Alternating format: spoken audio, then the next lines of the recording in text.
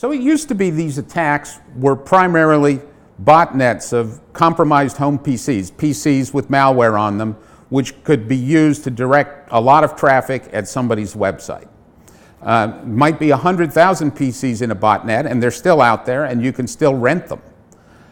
However, the big attacks have come from compromising just a few thousand servers, because the servers are big iron, and they're connected to much bigger bandwidth pipes in major data centers in the US and around the world. As a function of that, the new attacks have grown by a factor of 16, Q2 last year to Q2 this year. So the average attack in Q2 was 49 gigabits a second. That's the same as streaming 24,000 Netflix films all at one target. Even if you've got good mitigation at your end of the pipe, good DDoS mitigation at your end of the pipe, if you get 49 gigabits a second of traffic, it's going to flood the pipe. The traffic is not even going to get down your pipe. You need a partner in the cloud who can clean up that traffic and give you just the legitimate traffic from your legitimate customers. Defense.net has built a large network with 10 times the bandwidth per customer of the leading players in the market.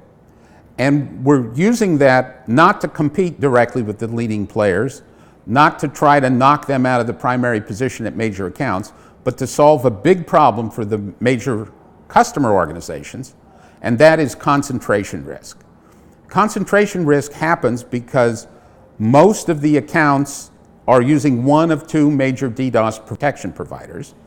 And if one of those two has several accounts which get attacked at once, the customer has to worry that that provider might get overwhelmed, go down and take the customer with them. So they'd like somebody to provide a secondary service to stand behind their primary provider and be ready to step in those few hours a month when that primary provider might be overwhelmed. They want a secondary provider who doesn't charge them like a primary provider, but has the capabilities to step in.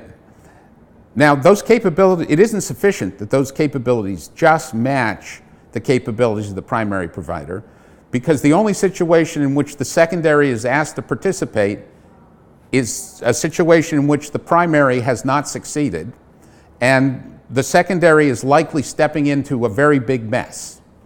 That's why we, offering our secondary service, are allocating 10 times the bandwidth per customer that the primary providers do.